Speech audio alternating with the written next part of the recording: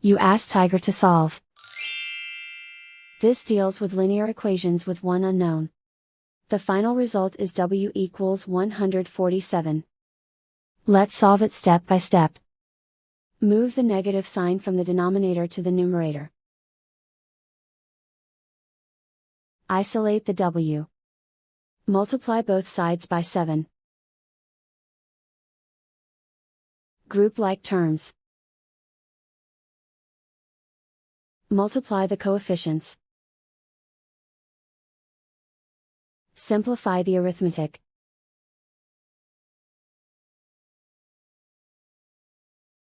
Convert the W into a positive number. Multiply both sides by -1. Remove the ones.